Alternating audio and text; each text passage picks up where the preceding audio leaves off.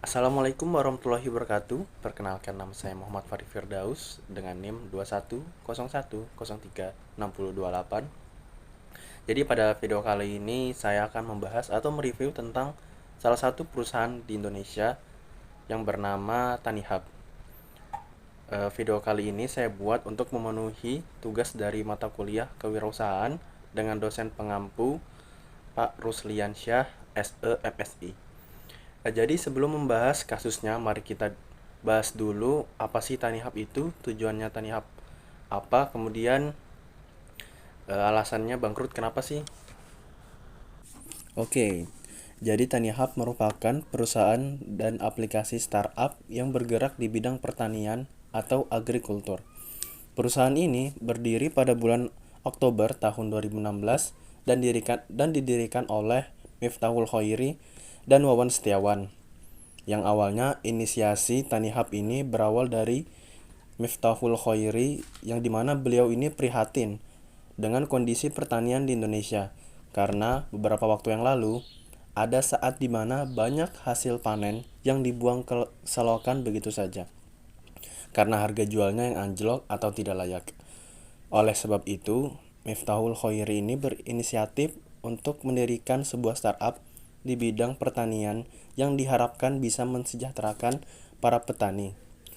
Nah, kemudian niat tersebut disampaikan oleh Pak Miftahul Khoiri ini pada platform online yang dulu namanya adalah Cafe Startup, dan mendapatkan respon yang sangat baik dari Wawan Setiawan yang pada saat itu juga ingin membentuk konsep Agriculture Research Supplying yang bertujuan untuk memotong proses panjang dari produk-produk pertanian ke tangan konsumen. Karena sebelum adanya Tanihub, proses panjang tersebut dapat berdampak pada kurangnya keuntungan bagi petani. Selain itu juga Tanihub bertujuan untuk memperbaiki kualitas dan kuantitas dari hasil panen dengan suatu metode yaitu namanya precision farming. Kemudian munculnya perusahaan Tanihub ini disambut baik oleh pemerintah, yang dimana Tanihub ini sempat dimention oleh presiden kita Bapak Joko Widodo pada saat debat Capres tahun 2019 dan mendapatkan dukungan dari Gubernur Jawa Barat yaitu Bapak Ridwan Kamil. Kemudian Tanihub juga diterima baik oleh para petani di daerah-daerah karena startup ini mendukung penyelesaian 3 masalah utama pertanian, yaitu akses pasar, akses modal, dan akses persediaan, yang membuat Tanihub dengan penyelesaian masalah ini memudahkan mereka untuk membantu petani dalam memasarkan jual hasil panennya dengan harga jual yang layak. Lalu, Tanihub ini terdiri dari beberapa divisi, yaitu yang pertama ada divisi Tanihub ini menjembatani petani dan pasar, kemudian menyediakan hasil tani terbaik dan mempermudah petani dalam menjual hasil panen langsung kepada konsumen. Yang kedua ada Tanifan yang merupakan platform peer-to-peer learning dengan pendanaan bersama untuk membentuk akses modal bagi para petani. Dan yang ketiga ada Tani Supply. Tani Supply ini merupakan rantai pemasok yang membantu distribusi dan pasokan semua hasil panen petani langsung pada pelaku usaha dan rumah tangga. Selama beberapa tahun berjalan, pada akhir tahun 2022, Tanihub mulai diisukan mengalami kebangkrutan dengan adanya gugatan dari PT Alpha Konsultan kepada Pengadilan Negeri Jakarta pada tanggal 9 Desember 2022 terkait tentang PKPU. PT Tanihub ini hanya mampu membayar utangnya pada tingkat 36,07% dalam jangka waktu 90 hari. Gugatan ini pun membuat geger masyarakat dan juga para investor karena beberapa waktu sebelum gugatan ini ditetapkan, Tanihub menerima aliran dana sebanyak 942 miliar. Banyak sekali pihak yang bingung dan bertanya-tanya kemanakah uang tersebut.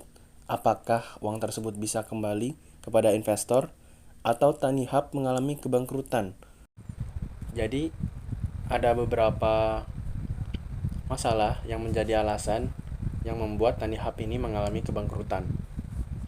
Untuk masalah yang pertama yaitu adalah masalah produk yang diperjualbelikan Tanihub seperti sayuran, buah-buahan, dan hasil tani lainnya merupakan produk yang mudah rusak yang mungkin hanya bertahan kurang lebih 1 minggu saja.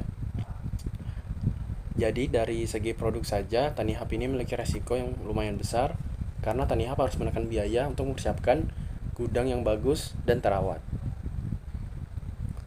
Untuk masalah yang kedua yaitu adalah masalah supply chain. Jadi, daya serap Tanihub tidak sebanding dengan hasil panen para petani, sehingga masih banyak hasil petani yang sia-sia. Alhasil, para petani menjual panennya ke tengkulak-tengkulak untuk diserap ke pasar induk. Untuk yang masalah ketiga, yaitu adalah faktor ketidakpastiannya cuaca. Yang seperti kita ketahui, cuaca ini selalu berubah-berubah dan tidak pasti. Kemudian hama dan kondisi alam yang tidak mendukung, yang tidak mungkin juga kita bisa kendalikan, bisa saja terjadi seperti banjir, longsor, dan lain-lain. Kemudian masalah yang terakhir atau masalah yang keempat yaitu adalah masalah pembiayaan petani untuk menanam. Butuh modal yang sangat banyak walaupun Tanihub sudah menyiapkan tani fund, tetapi para tengkulak-tengkulak yang dekat dengan petani itu sangat fleksibel. Mereka duduk dengan petani supaya mengetahui apa yang dibutuhkan oleh petani. Oke, mungkin itu saja review dari kasus Tanihub. Semoga bisa bermanfaat. Kurang lebihnya saya mohon maaf. Terima kasih. Wassalamualaikum warahmatullahi wabarakatuh.